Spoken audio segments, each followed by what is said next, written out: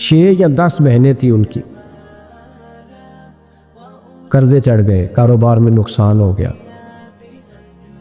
ضروری نہیں کہ کوئی آدمی دھوکے باز ہی ہو تو وہ مقروض ہوتا ہے، یہ ضروری نہیں۔ تلک الایام نداولھا بین الناس، اللہ لوگوں کے دن پھیرتا ہے، حالات تبدیل کرتا ہے۔ اب صحابی پہ کچھ شک کر سکتا ہے؟ لیکن حضرت جابر کہتے ہیں اتنا قرضہ چڑھ گیا کہ ایک ایک بال میرا قرضے میں ڈوب گیا۔ قرضے بڑے دینے تھے، مقروض آتے، تنگ کرتے۔ خود نبی کریم علیہ السلام نے فرمایا ہے کہ جو مقروض ہوتا ہے وہ قیدی ہوتا ہے، جب تک قرض دے نہیں لیتا اتنی دیر تک وہ آزاد نہیں ہوتا۔ حضرت جابر ابن عبداللہ کہتے ہیں میرے باغ میں کھجوریں پکی تھی، یہ بخاری میں بھی ہے، کنز العمال میں بھی ہے، ابن کثیر میں بھی ہے، امام حلبی نے سیرت حلبیہ میں بھی لکھا ہے، بیسیوں درجنوں کتابوں میں آپ کو روایت ملے۔ فرمانے لگے کھجوریں جب میری پک کے تیار ہو رہی تھی تو مقروض جب پیسے لینے آتے تو میں کہتا قرضے یہ کھجوریں پکتی ہیں تو دیتا ہوں۔ یہ ہم پنجاب کے لوگ کیا کہا کرتے تھے، ہاڑی سونی جی، یہاں چاول کی فصل پہ، یہاں گندم کے، ہم نے تو کپڑے لیے ہوتے تھے ادھار دکانوں سے کہ فصل پکتی ہے تو پھر دے دیتے ہیں، کہ کھجوریں پکتی ہیں تو دیتا ہوں۔ فرماتے پتہ مجھے بھی تھا کھجوریں زیادہ تھوڑی ہیں اور جن کے پیسے دینے ہیں وہ پیسے، فرماتے ہیں کھجوریں پک گئی، اتاری تو یہ تو 11 گنا بھی اور ہو تب بھی قرضہ نہیں اترتا۔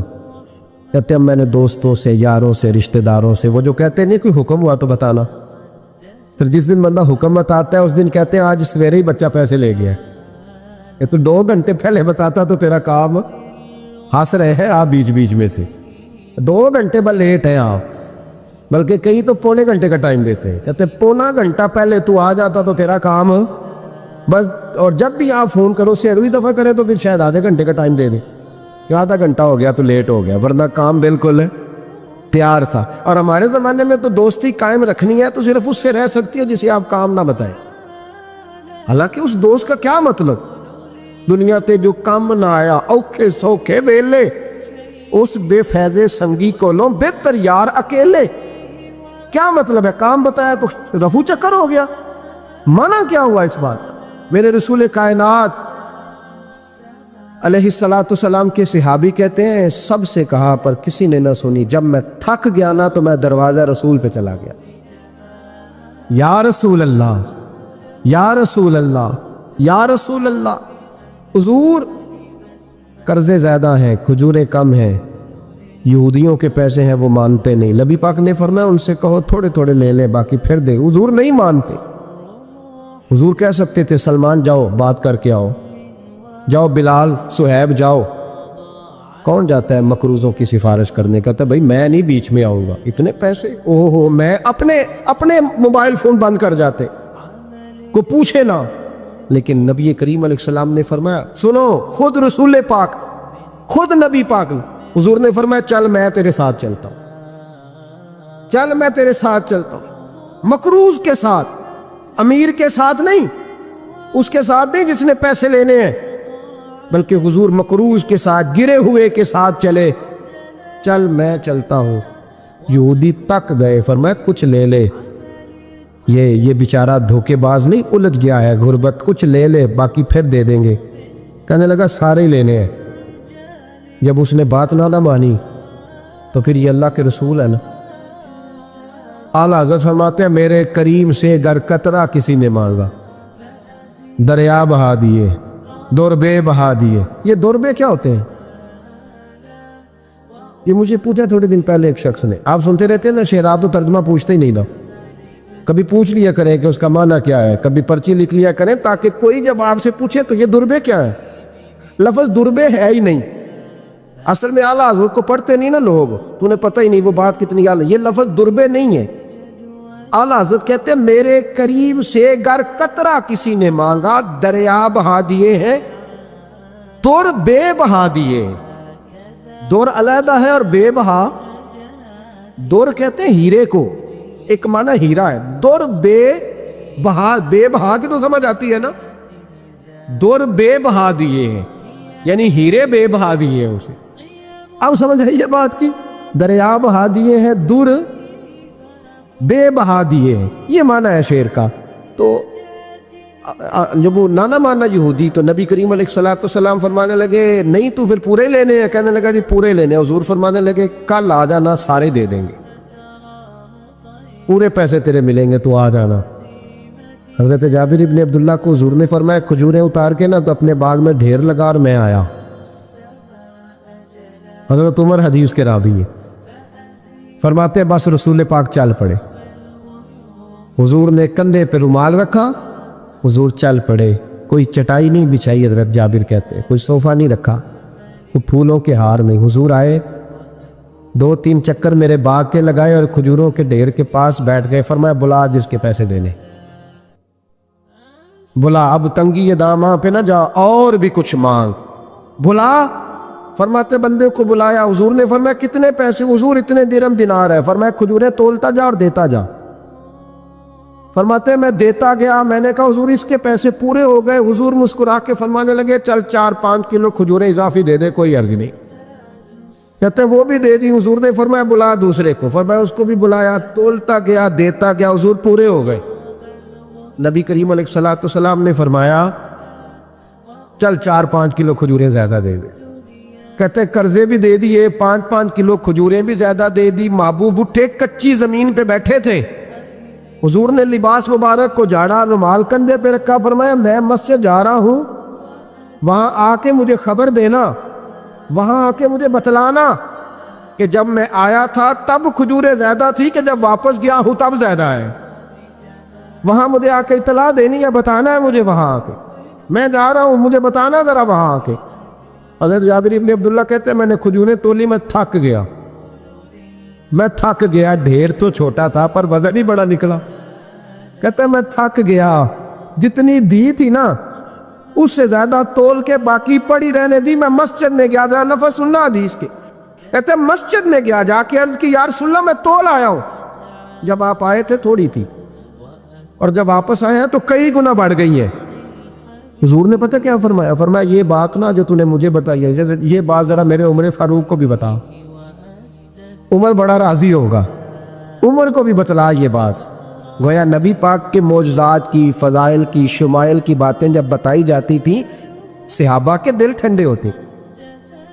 عمر کو بھی بتا، عمر راضی ہوں گے۔ جناب جابر ابن عبداللہ رضی اللہ تعالیٰ عنہ فرماتے ہیں میں حضرت عمر کے پاس گیا، میں نے کہا عمر میری یہ رائے تھی کہ جتنی میری کھجوریں ہیں 11 گنا اور بھی اتنی ہو تو پھر بھی قرضہ نہیں اترتا، لیکن سارے قرضے بھی اترے، 5-5 کلو کھجوریں بھی زیادہ دے دی اور پہلے سے زیادہ کھجوریں پڑی ہیں۔ تو کہتے حضرت عمر کی آنکھیں روشن ہو گئی، چہرہ مسکرانے لگا، کہنے لگا تو اب بتا رہا ہے نا، اب واپس آ کے رزلٹ سنا رہا ہے، تو صحابہ سے پوچھ لے جب نبی کریم گئے تھے تو میں نے اسی وقت کہا تھا، حضور کے جاتے ہی میں نے کہا تھا اب دیکھنا رب کریم جابر بن عبداللہ پر ساری ہی رحمت نازل فرما دے، اللہ ہر قسم کا کرم فرمائے گا، خیر ہی خیر ہو جائے گی، دیکھ لے میں نے پہلے بتلا دیا۔ میرے نبی پاک سلام چھوٹی چھوٹی باتوں کا خیال رکھ، چھوٹی چھوٹی چیزوں پر توجہ دیتے، خیال کرتے کس کو کس وقت کس چیز کی کہاں حاجت ہے، اس کی وہ حاجت پوری کی جاتی، اس کا دھیان رکھا جاتا۔ حضرت جابر خود فرماتے، یہ مسلم کے لفظ ہے، فرماتے ایک دفعہ میں حضور کے ساتھ جہاد پہ گیا تھا، میرا اونٹ کمزور تھا، میں پیچھے رہ گیا۔ ہمارے یہاں شرط لگتی ہے نا، اللہ تعالیٰ خیر فرمائے، ایک بھائی گاڑی خریدتا ہے پھر دوسرا چاہے زیور بیچے اس نے بھی خریدنی ہوتی ہے، ورنہ گھر میں گھسنے کی اجازت نہیں ملتی، بہت سارے خرچے۔ یہ جو جوائنٹ فیملی سسٹم ہے نا، اکٹھے جو ہاں بھائی رہتے ہیں 3 4 5 6، اس کے بہت سارے خرچے ضد کی وجہ سے بڑھ جاتے ہیں، اس نے کیا ہے تو لہذا میں نے بھی، ہوتا ہے نا جی ایسے، تو پھر اس ضد میں کو پیچھے پلٹ کے نہیں دیکھتا کہ چلو جو پیچھے رہ گیا اس کا بھی ہاتھ پکڑے ساتھ آ جائے، دوڑتے رہتے، اس میں بیچارے کئی تھک جاتے ہیں، کئیوں کے پیر دوڑ دوڑ کے سوج جاتے ہیں، بڑے مسئلے بنتے ہیں، لیکن پیچھے پلٹنے کو کوئی تیار ہے؟ اس دوڑ نے ہمیں تھکا کے رکھ دیا۔ مسلم میں ہے، جناب جابر ابن عبداللہ کہتے ہیں حضور کے ساتھ میں جہاد پہ گیا، واپس آ رہا تھا، میرا اونٹ کمزور تھا، بوڑھا تھا، بیمار تھا، سب لوگ آگے گزر گئے، میں پیچھے رہ گیا، کچھ میں پریشان رہتا تھا غربت سے، تو میں مایوس بھی تھا، ذرا پیچھے رہ گیا، پریشان تھا۔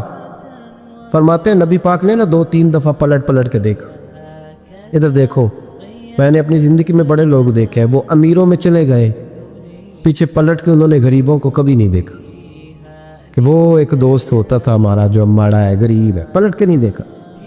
کہتے ہیں نبی کریم علیہ الصلاۃ والسلام نہ آگے گئے، سب سے آگے۔ حضور نے 2 4 5 دفعہ نہ پیچھے پلٹ کے دیکھا۔ جابر ابن عبداللہ کہتے ہیں جب میں نظر نہ آیا تو میرے محبوب کا انداز کریمانہ دیکھیں، حضور اعلانیہ فرمانے لگے، بھئی مجھے جابر نہیں نظر آ رہا۔ بے خبر ہو جو غلاموں سے، واقعہ کیا ہے؟ واقعہ کیا ہے؟ یہاں ہمارے استاد جب یہ حدیث پڑھا رہے تھے نا، یہ حدیث پڑھا رہے تھے تو اچانک رونے لگ گئے۔ میں نے کہا حضور کیا ہوا، رو کیوں پڑے؟ تو کہنے لگے یار سوچتا ہوں جو محبوب جہاد سے واپسی پر اپنے غلاموں کو نہیں بھولے، وہ میدان محشر میں کیسے بھول جائے؟ وہ وہاں بھی پوچھیں گے فلانا کدھر گیا، فلانا کدھر گیا، ایک ایک کا نام لیں گے، حضور نام لیں گے ہماری موج بن جائے گی۔ نبی کریم نے پلٹ کر کے دیکھا، جابر نہیں نظر آ رہے، حضور ان کا اونٹ کمزور ہے، پیچھے رہ گئے۔ حضور نے یہ نہیں فرمایا کہ ذرا آہستہ کرو ساتھ، یہ نہیں فرمایا، بلکہ نبی پاک نے فرمایا تم چلو۔ قافلہ چلتا رہا، حضور نے گھوڑا پیچھے کی طرف موڑا، سب سے پیچھے آئے۔ جناب جابر کہتے ہیں پیچھے میرے پاس۔ اس حکمت کو آپ سمجھیں، حدیث کے لفظوں پر آپ غور کریں۔ ایک کہہ کے کہنا ذرا اس کو میرے پاس لاؤ، یہ بات اور ہے، ذرا آہستہ ہو جاؤ، وہ بھی ساتھ مل جائے۔ لیکن یہ معنی اور ہے کہ غریب جہاں بیٹھا ہے اس کے پاس خود چل کے جانا۔ حضور خود پلٹ کے پیچھے آئے اور فرماتے میں جو کہ پریشان تھا تو محبوب میری طرف دیکھ کے فرمانے لگے اس کو دوڑاتا کیوں نہیں، پیچھے کیوں رہ گیا؟ تو کہتے ہیں مایوس بندہ، پریشان بندہ کبھی کبھی وہ اس طرح بولتا ہے کہ جیسے کڑ رہا ہے، تھوڑا سا نا سخت ترش باتیں بھی کرتا ہے۔ کہتے ہیں میں نے اس عالم میں نا، میں نے کہا حضور اس قابل ہوتا تو سب کے ساتھ مل نہ جاتا، کمزور ہے، ماڑا ہے، مہران ہے، وہ بھی پرانی جو چل ہی نہیں سکتی، یہ کہاں یا رسول اللہ دوڑے گا، اس قابل ہی نہیں ہے۔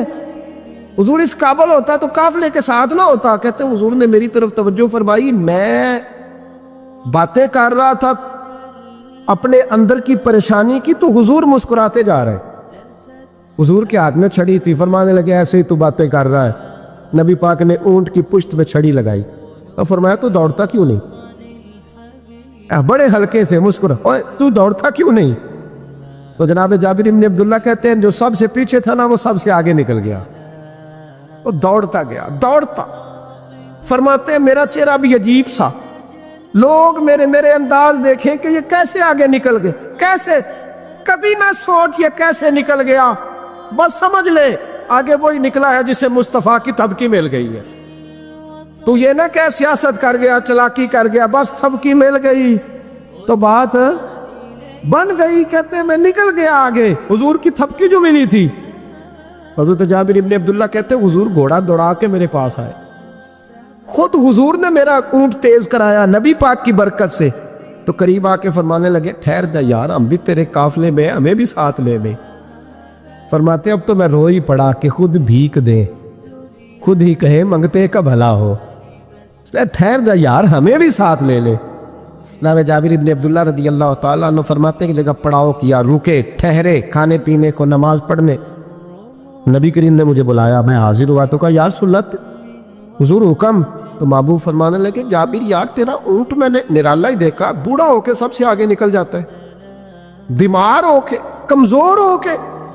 کہتے ہیں میں چہرہ دیکھتا جا رہا ہوں کہ حضور سارا ہی پتہ ہے آپ کو، میں کیا عرض کروں؟ تو محبوب فرمانے لگے پسند آ گیا، بیچ نہیں دیتے میرے ہاتھ؟ کہا یا رسول اللہ آپ رکھ لیں۔ حضور آپ کا ہی ہے؟ فرمایا نہیں میں پیسے دوں گا۔ کتنے کا ہے؟ کہا یا رسول اللہ آپ رکھ لیں۔ فرمایا پیسے دوں گا۔ یا رسول اللہ مارکیٹ میں جاؤں تو 6-7 دینار کا بکے گا۔ فرمایا نہیں بھائی میں تو پورے 10 دوں گا۔ 6-7 نہیں، میں تو پورے حساب سیدھا، 6-7 کا کیا حساب ہوا، 10 پورے کا۔ حضور پھر بندہ نوازی ہے نا، کون بول سکتا ہے؟ حضور نے فرمایا بلال تیرے پاس 10 دینار تھے؟ حضور ہیں۔ فرمایا ان کو دے دو، اونٹ کے پیسے رکھ لو اور مال نہ مدینے جا کے دے دے۔ جابر ابن عبداللہ کہتے ہیں میں مدینے گیا شام کو، میں نے نا کبھی اپنے اونٹ کی اتنی خدمت نہیں کی جتنی اس دن کی۔ میں نے اسے بڑے پیار سے نہلایا، میں نے نئی رسی خرید کے اسے نکیل ڈالی، آج محبوب کی بارگاہ میں لے کے جانا ہے۔ کہتے ہیں تیاری کر کے نا، تیاری پوری تیاری کر کے، تن تندور ہڈاں دا بالن تے اسی ہاواں نال تپایا، کپ کپ مکیاں پیڑے کیتے، عشق پلے تھل لایا، تن دا سالن تے من دی ہانڈی، اتو نون صبر دا پایا، غلام فریدا وے میں ساری تیری، تینوں اجے یقین نہیں آیا۔ کہتے ہیں اسے بڑے پریم سے، بڑی محبت سے سجا کے، سوار کے، نکھار کے، تیار کر کے میں نبی کریم کی بارگاہ میں لے کے گیا۔ ظہر کی نماز پڑھ کے حضور نکلے، میری طرف دیکھا، میں نے کہا حضور پیسے لے لیے تھے، یہ آپ کا سامان ہے، مال ہے؟ کہتے ہیں حضور نے نکیل تھامی، میں واپس پلٹا، بھی گلی کی نکر مڑا نہیں تھا، حضور نے آواز دی، جابر ذرا سن تو صحیح۔ کہتے ہیں میں واپس آیا ہوں تو حضور مجھ سے باتیں کرنے لگے، فرمانے لگے یہ میرا اونٹ ہے، اسے کمزور اور بوڑھا نہ سمجھنا، کبھی جانوروں میں دوڑا کے دیکھنا، سب سے آگے نکل جاتا۔ اور کریم محبوب فرمانے لگے 6-7 دینار کا نہ سمجھنا، میں نے پورے 10 دینار کا خریدا۔ اور پھر حضور پھر مسکرائے، فرمایا جابر تمہیں پتہ ہے تحفہ لینے دینے سے محبت بڑھتی ہے؟ حضور ہاں۔ فرمایا رکھ لو، میں تمہیں تحفے میں دینا چاہتا ہوں، رکھ لو، میں تحفے میں دینا چاہتا ہوں۔ جناب جابر ابن عبداللہ کہتے ہیں میں واپس لوٹ رہا تھا، رو رہا اور کہہ رہا تھا جیسا نبی اللہ نے مجھے دیا، جیسا رسول اللہ نے، سب سے اولا ہو اعلیٰ ہمارا علم۔ آنکھیں بند کر کے، جھوٹ کی زندگی جی کے، اپنے ساتھ بددیانتی کر کے، دھوکہ دے کے، اپنے آپ کو دائیں بائیں، اپنے آپ کو کہیں مصروف رکھ کے کچھ وقت ضائع تو کر لیتے ہو، پر تمہیں پتہ تو ہے نا کہ عبادت اللہ کی کرنی، تمہیں اس کی خبر ہے۔ اور میرے رسول پاک علیہ وسلم نے فرمایا بندہ اللہ کے سب سے قریب اس وقت ہوتا ہے جب وہ سجدے کی حالت میں ہوتا ہے۔ کس کے قریب ہوتا ہے؟ اللہ کے سب سے قریب ہوتا ہے، وہ بڑا نیڑے ہے رب کے، بڑا قریب ہے، اس لیے کہ وہ حالت ہے سجدہ میں، وہ جب سجدے کرتا ہے نا، اس کی بارگاہ میں جب جھک جاتا ہے۔ آپ ذرا سجدے کی کیفیت دیکھیں نا، زبان بھی یہاں ہے، آنکھ بھی یہاں ہے، کان بھی، عقل بھی ساری، اس نے سارا کچھ رکھ دیا سجدے۔ آپ وہ کبھی پیچھے جائیں تو دیہاتوں میں کہا جاتا تھا ناک سے نکیریں نکالو، بہت بڑی سزا ہوتی تھی نا، ناک سے نکیریں نکالو، بڑی سزا ہوتی تھی۔ تو اس نے کہا مالک مجھے کسی نے کہا نہیں، پر دیکھنا میں نے رکھ دی ساری عقل سجدے میں، اور رکھ کے کہا کیا؟ سبحان ربی یا اللہ، اللہ میں پست ہوں تو اعلیٰ ہے، اللہ تو میرا رب ہے اور تو سب سے اعلیٰ اتنا۔ اور فرمایا جب یہ اس کیفیت میں ہوتا ہے تو پھر یہ اپنے رب کے قریب ہوتا ہے۔ میرے نبی کریم علیہ الصلاۃ والسلام نے مصلی سے دل لگانے کا درس دیا، حضور نے توجہ دلائی، صحابہ اس ذوق کے حامل لوگ تھے، وہ کوشش کرتے تھے۔ جناب صدیق اکبر رضی اللہ تعالیٰ عنہ کا عبادت کا مزاج ہمیشہ قائم رہا۔ حضرت عمر فاروق ساری رات اللہ کے حضور کھڑے رہے۔ حضرت عثمان غنی رضی اللہ تعالیٰ عنہ عشاء کی نماز پڑھ کے 2 رکعتوں کی نیت باندھتے تھے، 15 سپارے پہلی رکعت میں پڑھ دیتے اور 15 سپارے قرآن مجید کے دوسری رکعت میں پڑھ دیتے۔ آپ نے نا حضرت عمر فاروق کے وصال کے بعد ان کی ایک بیوہ سے نکاح کیا، حضرت عثمان غنی نے نکاح کیا۔ وہ خاتون آپ کے نکاح میں آئیں تو عرض کرنے لگی امیر المومنین میرے لیے اعزاز تو بہت ہے کہ میں امیر المومنین کی بیوہ تھی تو امیر المومنین کی منکوحہ ہو گئی ہوں، لیکن حضور نہ تو میں جوان ہوں کہ میرے اندر رغبت ہوتی اور نہ میں اب اس قابل ہوں کہ کوئی خدمت کر سکوں، میرے ساتھ نکاح کی وجہ کیا بنی؟ عثمان غنی رو پڑے، فرمانے لگے میں نے عمر فاروق کو مسجد میں اپنے رب سے ڈرتے ہوئے دیکھا، میں نے اسے روتے ہوئے دیکھا، عدل کرتے دیکھا، انصاف کرتے دیکھا، امت کی خیر خواہی کرتے دیکھا۔ تمہارے ساتھ نکاح اس لیے کیا ہے کہ تم مجھے یہ بتاؤ کہ عمر فاروق گھر کے اندر اپنے رب کو کیسے راضی کرتے، گھر کے اندر کیسے راضی کرتے تھے، وہ طریقے بتلاؤ، تم بتاتی جانا اور میں بھی اسی طرح گھر میں عبادت کروں۔ جس گھر میں اللہ کا ذکر ہوتا ہے وہ گھر زندوں کا ہے، اور جس گھر میں رب کریم کا ذکر نہیں ہوتا وہ گھر زندوں کا نہیں ہے۔ گھر نہ ہم نہ کتابوں میں پڑھتے ہیں کہ بزرگ کہتے ہیں، حضرت فضیل بن عیاض کہتے ہیں کہ میں ایک گلی سے گزر رہا تھا تو گھر کے اندر کسی قاری صاحب نے قرآن کی آیت پڑھ دی، وَلِمَنْ خَافَ مَقَامَ رَبِّهِ جَنَّتَانِ، میں تو میرے کانوں سے ٹکرائی تو اللہ نے میری کایا ہی پلٹ دی، میں توبہ کر گیا۔ اب گھر کے اندر سے آواز آئے تو صحیح نہ تلاوت کی، پھر اندر سے آواز آتی نہیں ہے، ڈیک بجنے کی آواز آتی ہے، یا ٹی وی چلنے کی آواز آتی ہے، یا دھوم مچانے کی آواز آتی ہے۔ عبادت کا وہ جو خاص شوق تھا، وہ جو حسن تھا، وہ جو توانائی تھی، وہ جو بات، ایک جگہ پہ ہم بیٹھے تھے تو وہاں ایک صاحب آئے اور انہوں نے آتے ہی کہا کہ مہربانی کریں ذرا مجھے مصلی دے دیں، میرے میں کچھ نفل رہ گئے۔ تو میں نے وضو کر لیا تو کوئی مصلی مل جائے، مصلی انہیں دے دیا گیا، وہ مصلی لے کے چلے گئے تو پیچھے ایک صاحب نے تبصرہ کیا، کہنے نے کتنا ریاکار بندہ ہے، لوگوں کو دکھا رہا ہے کہ میں نفل پڑھتا ہوں، ہے کو بات کرنے والی۔ میں نے اسے کہا، تو مہربانی کرنا، اس طرح کی ریاکاری تو بھی کر، پکڑ مصلی اور جا، تو بھی تھوڑی ریاکاری کر کے آ، اٹھ ذرا، شکر کر کو یہ ریاکار بھی ملا ہے، کوئی نفل پڑھ کے ریاکاری کر رہا ہے۔ اللہ کا میں کہتا ہوں کو پڑھے تو صحیح نہ، یا یہ کوئی دور ہے نفل پڑھنے کا؟ اس میں تو لوگوں کا مزاج ہی نہیں، طبیعت ہی نہیں۔ میں نے کہا چل مہربانی کر یہ دے مصلی اور تو بھی جا تھوڑی سی ریاکاری کرو تو صحیح نا، مزاج ہی نہیں، ذوق۔ جمعے کی نماز پڑھ کے یوں دنیا بھاگتی ہے، او ہو پتہ نہیں کون سی پیچھے آگ تھی جو بجھائی جائے گی، اور آج تک لوگ مسئلہ پوچھ رہے ہیں کہ جمعے کی بعد والی سنتیں کتنی ہوتی ہیں۔ میں نے کہا کتنے سال ہو گئے جمعہ پڑھتے، کتنے سال ہو گئے، ابھی تک سنتوں کا نہیں پتہ، ابھی تک نہیں علم کے پہلے کتنی رکھتے ہیں اور بعد میں کتنی رکھتے ہیں۔ فجر کی سنتیں کب پڑھنی چاہیے؟ سنو فجر کی سنتوں کے بارے۔ میرے رسول کریم سید عالم صلی اللہ تعالیٰ علیہ وسلم سے ایک صحابی نے پوچھا تھا، حضور میری فجر کی سنتیں رہ گئیں یا رہ جاتی ہیں تو حکم کیا ہے؟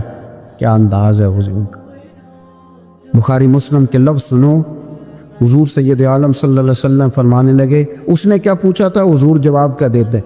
فرمایا فجر کی سنتیں کبھی نہ چھوڑنا، فجر کی پہلی 2 سنتیں کبھی نہ چھوڑنا۔ یا رسول اللہ صلی اللہ تعالیٰ علیہ وسلم میری رہ گئی ہیں، رہ جاتی ہیں۔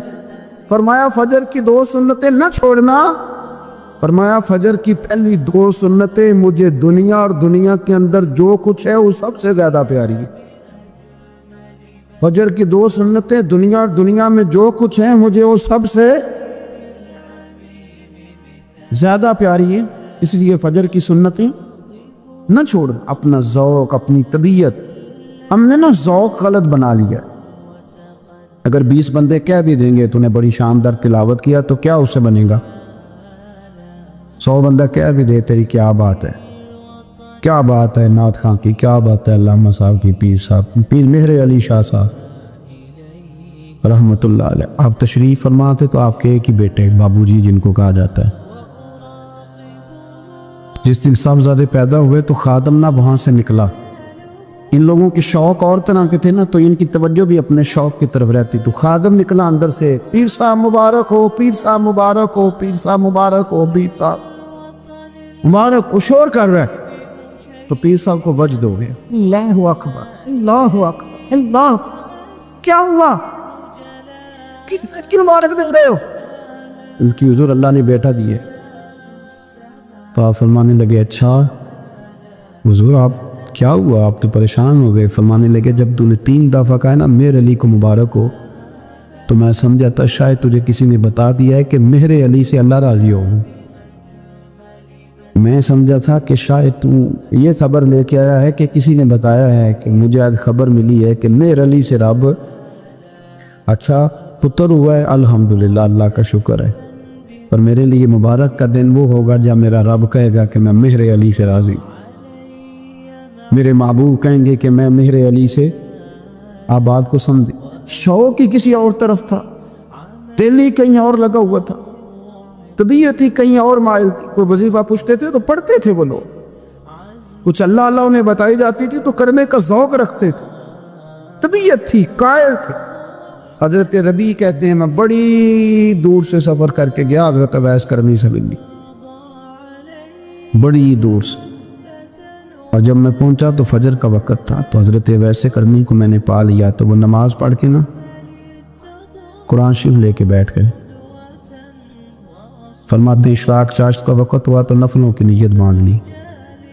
محدث ابن الجوزی نے لکھا ہے، فرماتے ہیں پھر جب زوال کا وقت ہوا تو مسجد میں جھاڑو دینے لگ گئے۔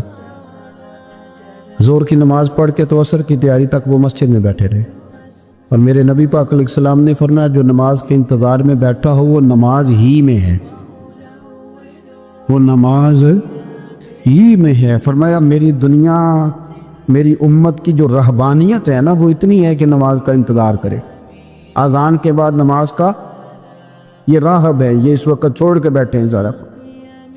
فرماتے ہیں عصر تک انہوں نے اللہ اللہ کی، پھر مغرب تک کی، عشاء کی نماز ہوئی تو نماز پڑھی تو وہ تھک گئے۔ اب مجھے وہ فارغ ہوں، مصلی چھوڑے تو میں ملاقات کروں نا، کہ آپ حیران نہ ہو کہ اتنی دیر بندہ کیسے اللہ اللہ کر، ہم نے کی نہیں نا اس لیے ہم پریشان ہیں۔ جو عادی ہوتے ہیں وہ کر بھی لیتے ہیں، وہ یہ کام، میری بات کو سمجھ آ رہی ہے؟ جب جاتے ہو کسی دفتر میں تو 8 گھنٹے کھڑے رہ لیتے ہو نا، مجبوری ہوتی ہے تو کھڑے رہا جا سکتا ہے۔ پاسپورٹ کا دفتر، بولیے امیگریشن کی لائنوں میں، اور میں نے تو ایمبیسیوں میں بندے 12 گھنٹے پہلے جا کے کھڑے دیکھے، رہ لیتے ہیں کھڑے۔ تو اگر ان کاموں کے لیے رہا جاتا ہے تو اللہ رسول کے لیے بھی کھڑے رہا جا سکتا ہے۔ تو فرمانے لگے کہ جب عشاء کی نماز کے بعد آخر انسان سے تھک گئے، نیند کا غلبہ ہوا تو تھوڑی ایسے آنکھ بند ہوئی تو کھلی تو رونے لگے۔ حضرت ویسے کر دیا، رو کے کہنے لگے مالک مجھے غافل تو نہ کر، ابھی میں نے کیا بھی کچھ نہیں، دن ختم ہو گیا، کوئی نفل نہیں، کوئی اللہ اللہ نہیں، اللہ مجھے غافل نہ کر، میری مدد فرما۔ فرماتے ہیں جب وہ روئے تو میرے ساتھ جو شخص تھا میں نے کہا اٹھو چلیں، کہنے لگا حضور ملا نہیں، فرمایا جو میں لینے آیا تھا وہ مجھے مل گیا ہے، جو میں ان سے سیکھنے آیا تھا وہ مجھے نصیب ہو گیا، اب اور میں نے کیا لینا، ختم ہو گئی بات، اٹھو چلیں۔ اللہ کے بندوں نے حضرت ربیعہ بن کعب اسلمی رضی اللہ تعالیٰ عنہ فرماتے ہیں، کہتے ہیں جب بنو قریظہ اور بنو نذیر یہودیوں کے ساتھ حضور علیہ السلام نے جنگ کا اعلان فرمایا تو وہ دشمن ہو گئے، ہمیں خطرہ تھا کہ وہ رات کو کہیں محبوب کو تکلیف نہ دیں، تو کچھ لوگ نا تلواریں لے کے نبی پاک کے دروازے پہ پہرے داری کرتے تھے۔ گن مین رکھنا حرام نہیں، اگر کسی کو واقعی خطرہ ہو تو اس کے لیے سنت بھی ہے۔ حضرت علی المرتضیٰ تلوار لے کے حضور کے گھر کا پہرا دیتے تھے۔ حضرت ربیعہ بن کعب اسلمی رضی اللہ تعالیٰ عنہ فرماتے ہیں کہ رات میری ڈیوٹی تھی کہ میں حضور کے گھر کا پہرا دوں گا، تو فرماتے ہیں میں باہر سن رہا تھا، ساری رات ہی میرے نبی پاک نے اللہ کی تسبیح پڑھی، ساری رات، کبھی تسبیح، کبھی تہلیل، کبھی تحمید، کبھی تکبیر، ساری رات۔ فرماتے ہیں ساری رات حضور پڑھتے رہے اور ساری رات ہی میں سنتا رہا، مجھے اونگ آ گئی، میری آنکھ لگ گئی، حضور ابھی پڑھ رہے تھے، میں تھک کے سو گیا۔ اور فرماتے ہیں جب میری آنکھ دوبارہ سے کھلی تو میرے کانوں میں پھر کوئی چیز گونجی، تو میں نے کان لگایا تو میرے حبیب ابھی بھی اللہ کو یاد کر رہے۔ ساری رات حضور رب کی عبادت کرتے، اسی لیے تو کہا یا ایھا المزمل قم اللیل الا قلیلا، حبیب ساری رات تو نہ جاگا کر، تھوڑا آرام بھی کر لیے گا۔ میرے بھائی اپنا مصلی، اپنی عبادات، اپنے وظائف، اللہ اللہ جو آپ نے کسی سے سیکھی ہے اس کو کبھی کمزور نہ ہونے دیں۔ شجرہ شریف جو کسی بزرگ سے آپ لے لیتے ہیں تو کیا رسم ہے کوئی؟ اس پہ کچھ لکھا ہوتا ہے، وہ پڑھنے کے لیے دیا جاتا ہے، اس پہ لکھا ہوتا ہے کہ یہ اللہ اللہ آپ نے کرنی ہے۔ انسان پر اگر کوئی شخص نیکی کر دیتا ہے، احسان کر دیتا ہے، تو انسان اس کے سامنے پھر گردن نہیں اٹھا سکتا، یار یہ میرے مشکل وقت کا دوست ہے، اس نے میرے ساتھ نیکی کی، کبھی بھی گردن نہیں اٹھائے گا، جھکا کے رکھے گا۔